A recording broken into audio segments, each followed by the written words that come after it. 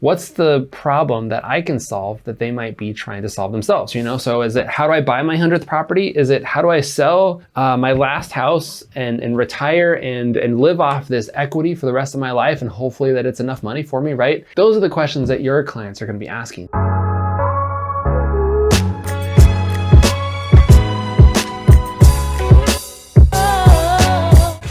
80% of your income is made on 20% of your results. So try to increase that 20% results to maybe 30% this next quarter, and maybe 40% the next quarter, because it's gonna allow you to do more and more things. So understanding your past business and what you've done this year, and maybe this market's different than it was last year.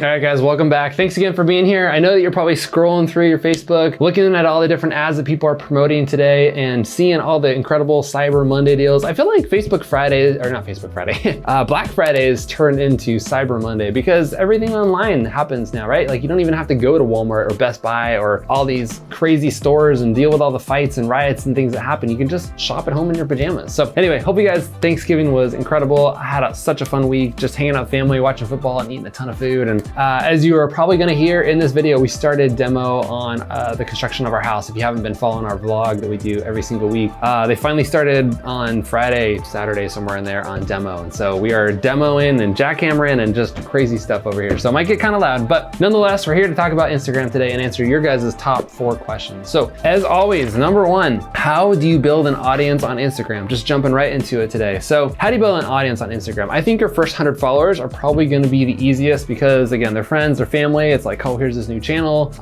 You know, you got all those kind of people and those connections. My personal account, we got to like 300 followers really quick because all the people that have known me and followed me for years are there and just like, hey, let me check out what's going on and what you're up to.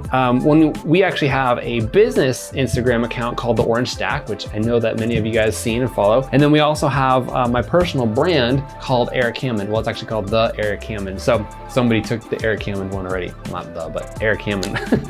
Complicated as it is. I would definitely recommend having a business brand on Instagram and Facebook for that matter. And it represents your company name, right? And like what you guys do, if you have your real estate team name, you know, unless it's called like the Erik Hammond Real Estate Team or something like that. Hopefully you didn't call it the Erik Hammond Real Estate Team, but whatever you called it, have your business name like ours is called The Orange Stack. So you have your business and you talk about everything that your business does, but then you also need a personal account, not like a private personal account that you're probably gonna share like your family stuff with and everything that you did for Thanksgiving, but more of your brand, right? So who you are as a person. And the reason that you need to separate two is because you're different than your business. Even though you are the business as a real estate agent and everybody knows you and you're the brand, you still need to kind of separate those two because maybe not today, but someday in the future, you're gonna hire somebody, right? You're gonna have another agent on your team. You're gonna have more buyer's agents and listing agents and a crew, really. You're gonna have a massive amount of people. Hopefully that's your goal someday who help you sell real estate. And when Mike Jones or John Smith or Sarah, whatever, shows up to the door and they're representing your name, they're gonna wonder where you are, right? So if you have a business name rather than just Erik Hammond Real Estate, it helps in that conversion, right? They're gonna wonder where the main talent is if somebody else shows up to that business. So that's how we did it. When we had our real estate team, you just kind of think about how you're gonna scale it and brand it. So that's a different story. But what I wanna tell you is that you need a business brand, you need your personal brand, and then obviously you have to have a personal account to set all these things up and roll from there. But how do you grow? That's the big question that we're answering here. How do you grow on Instagram? When you first start out, you need to decide what direction your content is gonna go, right?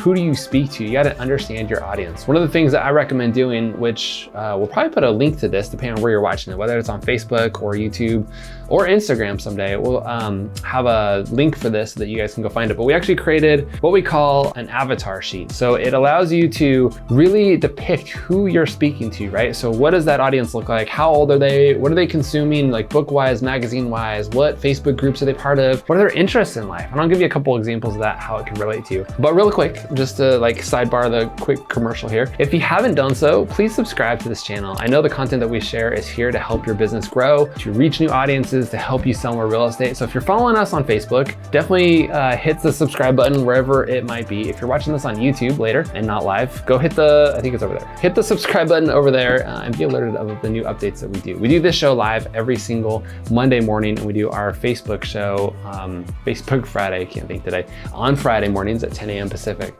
And I want this content to come to you. That's, again, how you get subscribers. You ask for the subscription, right? You ask people to follow along. So be sure to do that in your content as well. But as we share content, you've got to decide who you're speaking to, right? So I'll put the link, maybe not today, but in the future, where you can go and download this guide. But basically, it's going to be a guide that shows you how to speak to your audience. You know, are they 40 to 50 years old? Are they 70 to 80 years old because they're retiring and selling their house and maybe moving into a retirement home or something like that? Are they, first-time home buyers and looking to buy their first condo or townhouse? Are they investors looking to buy their 100th property? Who's your audience? Because that's going to depict the content and the message that you put out there.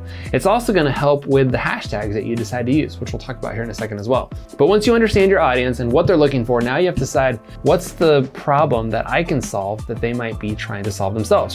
So is it, how do I buy my 100th property? Is it, how do I sell my last house and retire and live off this equity for the rest of my life, and hopefully that it's enough money for me, right? How do I create a turnkey property that I don't have to mow the lawn on and deal with construction ever and deal with roof leaks and water heaters and all that kind of stuff? How do I make sure when I'm buying my first home that I know what I'm doing, that I got the best loan, that I cross all the T's and dot all the I's? Those are the questions that your clients are going to be asking. So go back and look at the last however many transactions you've had. Look at as many as you can back, maybe the last year or two, and say, okay, what does my ideal audience look like? How old are they? Where are they in life? What types of homes are they buying? That's the kind of content that you need to start putting out there. So for example, let's just talk about the move-up buyer, okay? So they're probably 35 to 45, maybe even 50 years old. They're buying their second house. I think I bought my second house like a month after I bought my first house because it was an investment property, but different situation. But you got to see like where they are in their life, right? How old are they? What's causing this move up? Is it a new job? Is it maybe more income they can get out of that townhouse? Maybe they had their first child or their third child.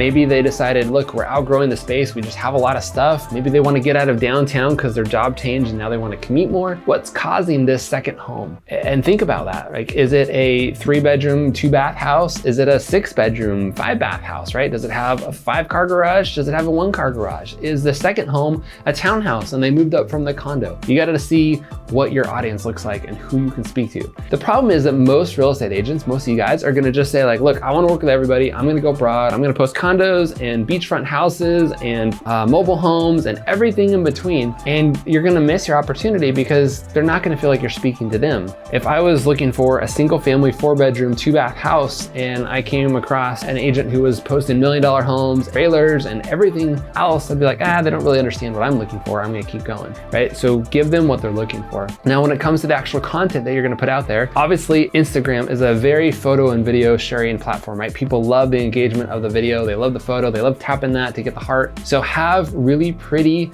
well-taken photos. Instagram has made everybody a professional photographer. They got crazy filters on there. They've got all sorts of cool stickers and things that you can add to it and elements and moving things. They've got stories. There's just so many cool elements to Instagram that allows you to get the engagement your audience is looking. Again, you need to know who they are. If they're 60 years old, they're going to be consuming Instagram differently than a 20-year-old would, right? So understand where your audience is in that and what they're looking for. Are they looking for little quick 10, 15-second stories? Are they looking for pictures that they can hold down and look at for a while? Are they looking at a short video that might be 2, 3, 4 minutes long that you put in your feed? What are they looking for in the content that you're putting out there? So now that you understand who they are and what they're looking for, put the content out there, right? So find photos of homes that represent what they're looking for. Have quotes and advice on who they are and what they're looking for, right? So again, if they're looking for that second home, how do I qualify for my second home mortgage? You don't need to like create a huge, long, massive post, but take it this way for a second. If you had a picture of their dream home, right? This amazing 2-story, 4-bedroom, 2-bath house with a green grass in the front, an amazing backyard, and you had this cool shot of that house, right? Exactly what they're looking for. It's gonna stop them in their scrolling and say, ooh, there's the house that I'm looking for. You're not potentially trying to sell them a house that you might have on the MLS or that you know is available for sale. You're just trying to get them to stop scrolling. So don't worry about finding the most amazing house on the MLS that you can market, because not all agents want you to share their content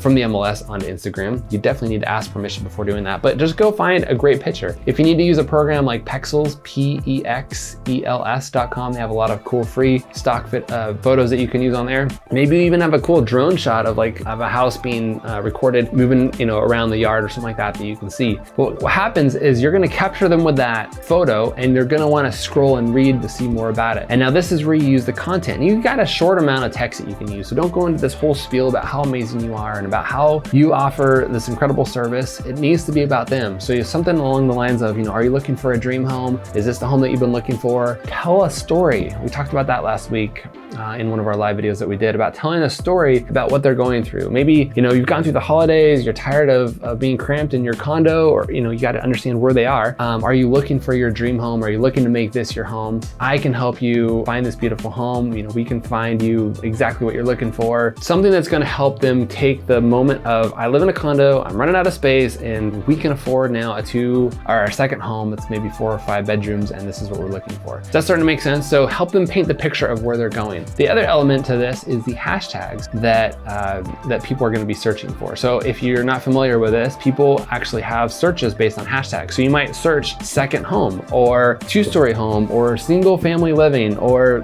something that represents what they might be looking for. What's cool about Instagram is as soon as you start searching for these hashtags, it's going to tell you how many posts people have used with that hashtag in it. So if you have a post that has 300 hashtags being used, let's just say you use the term my dream home, right? And then that maybe has more, but if you use hashtag my dream home, it might have 300 hashtags, or it might have 2 million hashtags. If you use one with 300 hashtags, it's not as relatively searched, and people aren't posting that hashtag as often.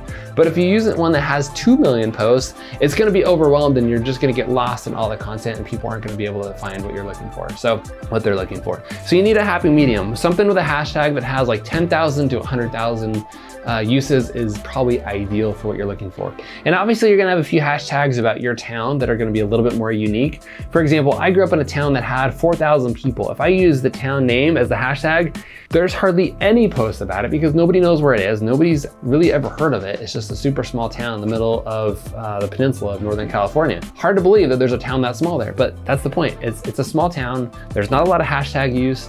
Not that many people are gonna be searching for it, but the locals know where I am and where it is, and they're gonna probably search for it as well. So you have the opportunity to use 30 hashtags in every single post that you have. There are tricks to get to 31 and 60 and things like that, but it just disables your post from being seen. So stick with 30. My goal for you is to use 20 hashtags that have to do with real estate, right? So single family homes, real estate, it could be geographic stuff. Like for me, I would use like Southern California real estate, things that tie in real estate and maybe your location a bit. Then I would have 5 tags about your location specifically. So for me right now, I live in Carlsbad, it's in San Diego County. I would use those as the hashtags, not like Carlsbad real estate, because we've already used that in the 20, but Carlsbad, the city specifically. And the other 5 need to be about your brand and what it is that you offer, right? So something like real estate agent, top real estate agent of, something like that, right? So focus on those for your hashtags. You might even throw in a couple wildcard ones like beautiful 2-story home, or home with a view, or beachfront living, or home with a pool, things that people might be searching in that aspect as well. I would stick with probably like 3 to 5 of those hashtags. What happens is once you post your content and you have these great hashtags, people are going to keep these hashtags on their radar. So for example, one of the hashtags that I follow, you can actually follow users like myself, and you can actually follow hashtags. So whenever a post is posted with that hashtag, you'll get notified of it. There's plenty of people out there who do this as well. And again, that's how you get these followers, people who follow that hashtag. So if you put Southern California real estate as your hashtag, people who follow Southern California real estate are gonna be pinged every time you make a post with this hashtag. So you see how it's all come together? So create engaging content, have stuff that your audience is actually looking for, know your audience, know the story that they're trying to live through and the problem that you're trying to solve with your content, and then use great hashtags, and that's really how you get found on Instagram. That was a long story. I think we're like 15 minutes into this video, but there's just so much potential with Instagram right now, and I know we don't talk about it as much around here, so I really wanted to go in depth about how to use hashtag in your use Instagram in your business. The other side of it is create more stories. You can actually put hashtags in your stories so people can find your stories and get found that way as well, which is great. And the cool thing about stories is they're gone within 24 hours. So put as many of them up there as you possibly can. I would recommend, which we don't do, I'm like the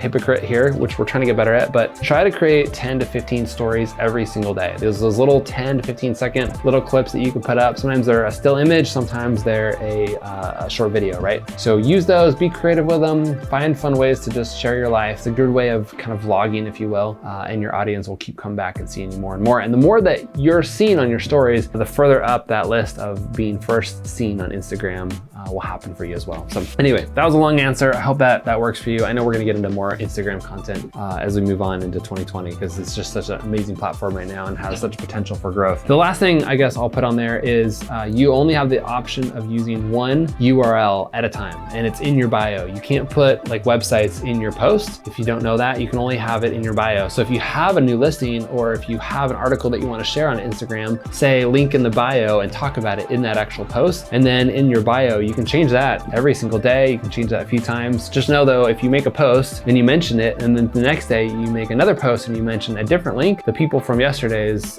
post aren't going to be able to see the link because you changed it. So just be aware that you don't want to change it too often, because maybe posts will get more virality as the day goes on. But I would recommend maybe changing that link 2 or 3 times a week at the most, maybe even once a week. Okay, so use that for us. Like, we bring people to YouTube and to Facebook and to our blog and other places that we want to share content with. But anyway, realize what you guys want to put in that URL, because it's the only place you can get clicks from. Okay, question number 2. What keeps you from following your passion? And this is such an interesting question for me, because the reason that I'm doing the business that we're in is because I am literally following my passion. We sold our real estate team. It's almost been 3 years. It's crazy. In January, well, maybe February 1st, I think it was. We sold our business 3 years ago. And the reason why is because I was doing what I really enjoyed, but it wasn't my passion. I loved working in a real estate team. I loved doing what I was doing. I loved selling houses and working with clients and figuring out that business as much as I did at that moment. But then there became a time where I didn't love it. And for me, because I am self-employed and because I get to choose what I do every single day, I have to be passionate about what I do. I wasn't passionate about selling real estate as much as I am about helping you guys build your real estate team. Again, if you guys don't know me too well, I wasn't the one that went out and met with clients every single day. I wasn't the buyer's agent. I wasn't the listing agent. I was the gears behind the whole scene that helped it move forward. I put us in front of people. I generated our leads. I ran our website. I helped host our events. I was the one that helped us grow and get that success. And the other agents on our team were the ones that actually had the transactions that happen every single month. So that's the part that I love, okay? And maybe some of you guys will understand this, but I don't love meeting with the homeowner. I don't love showing houses. I don't love being that listing agent. That's just not me. And so for me, I had to do what made me excited, thrilled to get up every single morning, right? Getting out of bed is one of the hardest things for some people to do. And if you have a hard time getting out of bed in the morning, it means that you don't love what you do. For me now, there are some hard days, but I'm still super passionate about what I get to do. I love helping you guys grow your business. I love doing these types of shows where I get to answer your guys' questions. I love learning about technology and showing you new ways to do things. So for me, I'm always following my passion. I always have to have that top of my radar. There's something I read a while ago that said after 30 days, if you don't love the direction your business is going, or if you aren't passionate about it or aren't excited about it, you need to change direction. You need to have a shift, even if it means hanging up your hat and doing something completely different. It's happened to me many, many times. You have to make that realization and wake up and do that. So not to talk you out of your business, but you got to really be passionate about it. It just makes work so much easier, right? It's not work anymore. It's just something that's fun. So think about that. Anyway, for me, I would just say, do what you love, and you'll never have to work another day in your life. You just get to wake up and do the things that you enjoy. For me, the fact that I can get paid to help you guys and to bring people to the level that they want to, and to hold you guys accountable, and to help, honestly, just help you guys build your dreams is just such an incredible blessing for me. So that's what I love to do. Plus I get to work from home, which is awesome. And plus I get to take time off whenever I get to choose to, right? I'm not a W-2 employee. I don't have an office that I have to show up to every single day. I could take a month off if I could work that out. I can travel, I can do the things that I want to do. And that's probably why a lot of you guys got into being self-employed and an entrepreneur of selling real estate, because you can choose to work when you want to work, and you can choose to do what you want to do. If you want to take a week off during December to hang out with your kids or go skiing or whatever you want to do, you get to do it. That's the cool part about being self-employed. So figure out a way to make that work for you, and find that passion and the part of it that makes you excited, right? There's so many different things if you want to be in real estate that you can choose to do. It doesn't have to be buying and selling homes for clients. It could be investing in real estate or being a property manager or being the business side of it, right? Like again, I think I sold, I don't know, 2 homes in like 3 years, like where my license was being used. I just wasn't that person. questions. So a lot of you guys have gone and looked up my record to see like what I've actually done for volume wise, and it's just not there. Like I think I sold a $3.5 million house in La Jolla because we were double ending it, and that's just how we had to do it with our license. Sold a few houses since then for friends and things like that, but for the most part, like I was the business. I wasn't the real estate agent in that relationship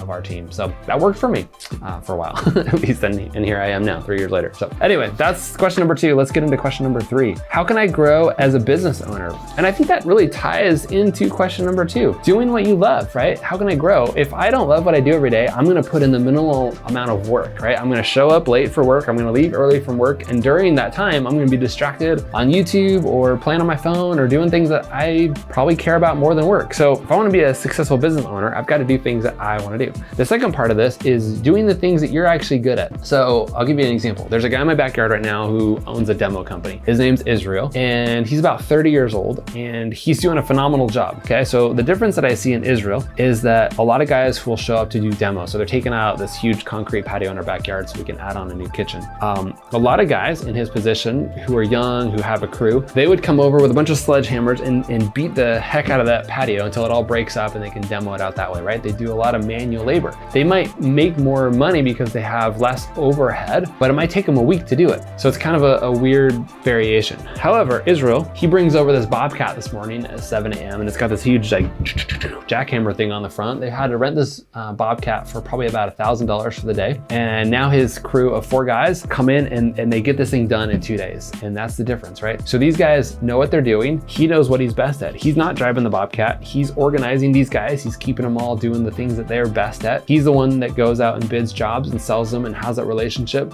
He speaks English, he speaks Spanish, he's great with his customers, and he knows how to manage his team really, really well. He's got a great business. For being 30 years old, this guy's gonna go far in life. He's gonna be a super successful small business owner, which I'm excited to watch him. Like, this is the first time I've ever met him, and I'd love to just kind of see where his life goes over the next decade or two. But that's how you guys need to be in your business. There's gonna be things that you're great at, and there's gonna be things that you're terrible at. You need to find somebody to delegate the things that you're terrible at. There might be things in your business that you have to do, which you just have to do, that you're terrible at, and you gotta get through that. Can't think of any examples for me right now, but I'm terrible at some things, but I have to do them, right? Other things on our team, I can delegate. Like, I like to video edit, but I'm not great at it. And I know that there's guys who are way better at it and faster at it. And it's gonna cost me money to hire them, but I can do more stuff. I can do higher income producing activities if I delegate the things that I'm not great at. So back to real estate, for me, I knew that I'm not the greatest with meeting people face to face to help them sell their house, right? To go on that listing appointment and to try to get that listing, I am not the best person for that job. There's people who are more outgoing, more charismatic, can listen to their situation better, answer their questions better, explain that contract better than I can. And we hired them and they worked really, really well. They were great at closing. I would say for every 10 appointments we would go on, we'd probably get about 6 listings. Like, we were that good.